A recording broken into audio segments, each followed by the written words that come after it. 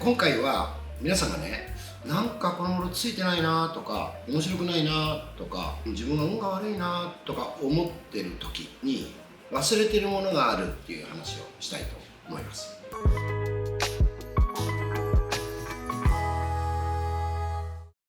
それをね、言葉で言ったら本当簡単でみんながもう聞き飽きたような言葉になるんですけどね、例えばですね、僕たち美容師っていうのは修行する期間があるから思ったよりきついハードだけれども給料はあまり高くないんですね、修行中って。だからね、安い給料でしょ。で給料日にね、ある A 君っていう人が僕に LINE を送ってくるんですね。先生、今日は給料日嬉しいです。だから今日はもう思いっきり贅沢をしたいんで、ほかほか弁当いつものり弁だけどのりたるにしますみたいな、特乗りにしますみたいな子がいるんですよ。これ A 君ですね。で同じ給料ですよ。給料は一緒、現実は一緒。やってらんねえな、こんなきついのに。なんでこんな安い給料でこんな毎月規制もしないといけないの。もうやってらんないよっていう人、これ B 君ですね。これ何が違うか分かりますよね。結局感謝することを忘れていると同じ現実でも捉え方が違うってことですよ。例えば安い給料で、うちの社員なんかいるんですけども、ボロボロのね軽に乗ってると。でもそいつは先生、雨が降ってもね、日本中どこでも僕行けるんですよ。車があるから本当幸せですっていう青年がまた A 君ですね、これね。で B 君はクラウン買ってるんやけど、もっと大きい車に乗りたいなとか、スポーツカーに乗ってて狭いなって言ってる人いますよね。これもどうですか？答えは現実が良くても不安に思う人がいて、現実は厳しくてもそれをハッピーと思える人がいる。これも同じなんですよ。感謝が心にあるかどうかっていうのが大事なことなんですよね。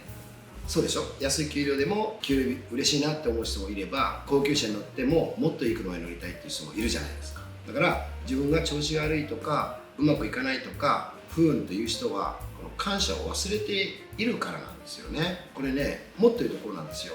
例えば皆さんがお正月に親戚が集まったと。でお年玉をあげる。 A 君っていう親戚の子供ね、小学生の子供にいくらかのお金を入れてお年玉をあげる。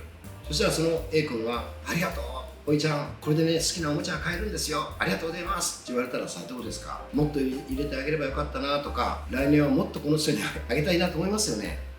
逆でどうでしょう？同じ金額だけどお年玉あげたらパッと中身を見てね、マジでこんな金額なんて言われると、次はやりたくないかいっぱいあげたくないと思いますよね。これどういうことか分かります？感謝するっていうのは幸せを引き寄せる力があるってことなんですよ。そうでしょ。ありがとうっていう人はもっとあげたいって思うから。だから社会人出て働いてもそうですよね。給料もらった時に自分の上司とか自分のこの社長に「お給料ありがとうございます」っていう子はね、やっぱりもっと給料上げてあげたい、もっとこうしてあげたいっていう引き上げたくなりますよね。だから結局感謝するっていうのは幸せを引き寄せる力があるっていうことなんですよ。これすごく大事じゃないですか。当たり前のようですけど、それをやってる人とやらない人はそれだけ違うんですよね。それとか今さっき一つ前に言いましたけど、軽に乗ってても雨に濡れない幸せだ、僕は幸せだと思う人と、スポーツカーに乗ってても狭いっていう人はね、何が違うと思います？幸せを感じ取る力があるかないかだと思うんですよ。そうでしょ。感謝するっていうのは今の現状を受け止める力が違うと思うんですよ。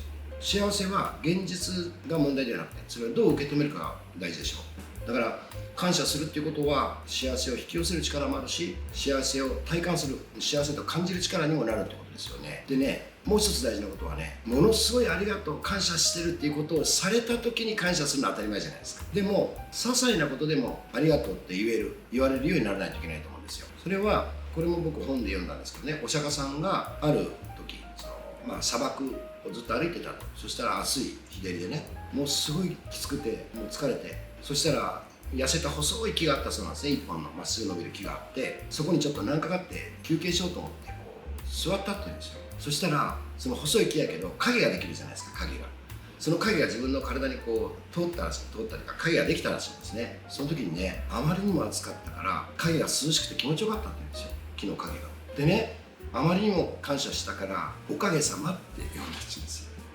影がありがたいからおかげさまっていう言葉ができたらしいんですよ。今の指導です。小さなことでも感謝できる人にならなダメですよってことなんじゃないですか。皆さんがもしいいことがないのは感謝することを少なくなってるから、引き上げてもらう力がなくなってるっていうことがあるだろうし、今に満足しないといけないのにもっともっとっていうギブアンドテイク、テイカーですよね。もうもらえるものはもう何でも欲しいって思ってる人は常に不満とか不運とかに感じてしまうんじゃないですか。だからぜひやっぱりそう思った時は、感謝が少ないのかなとか、感謝を忘れてたなと思えばいいと思うんですよ。僕は自分の母がね、今88、今年89なんですけども、元気なんですよ。そしたらね、もしそのお母さんが病弱で大変で手がかかったら大変じゃないですか。もう健康でいてくれることがありがたいなと、感謝やなと思える。だから大事にできるでしょう。結局良くなる人ってのは必ず感謝を忘れてないってことだと思うんですよ。だからぜひ皆さん、もし自分が調子悪いなとか思いにならないなと思ったら、感謝が足りないのかなと振り返ってみてはいかがですか。僕はいつもそうしていますよ。皆さんも頑張ってください。じゃあまた会いましょう。さよなら。